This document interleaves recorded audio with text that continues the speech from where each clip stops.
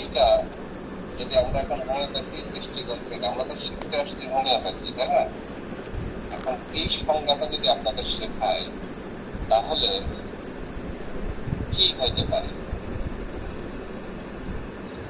মারাত্মক ধরনের মিসগাইড করা হচ্ছে। প্র্যাকটিস অফ মেডিসিনের মাধ্যমে হোমিওপ্যাথিকে ধ্বংস করে দেওয়া আমাদের দেশে।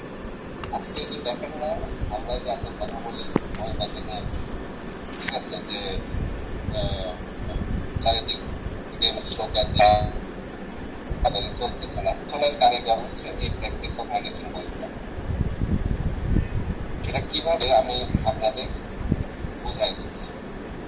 এই জন্য আজকে বলছিলাম ক্লাসটা গুরুত্বপূর্ণ। এখান থেকে আমরা 5টা বিষয় পাচ্ছি, 5টা না।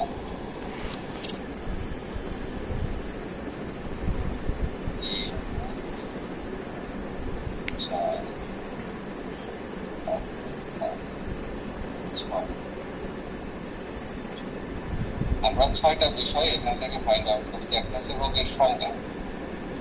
প্র্যাকটিস অফ মেডিসিন বইগুলোতে যেভাবে রোগের সংজ্ঞা লেখা হয়, ঠিক আছে, সেই সংজ্ঞাটা টোটালি হোমিওপ্যাথির বিরুদ্ধে। দ্বিতীয়ত, রোগের লক্ষণ এবং উপসর্গ যেভাবে ফিক্স করে দেওয়া হয়, হোমিওপ্যাথিতে কখনোই ওইভাবে ফিক্সেশন হয় না।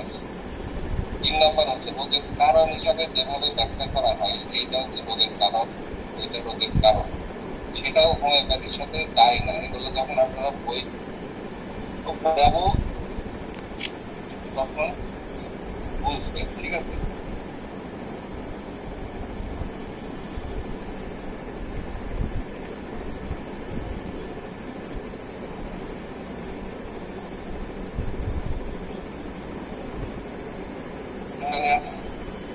কারণ হিসাবে লেখা আছে রক্তে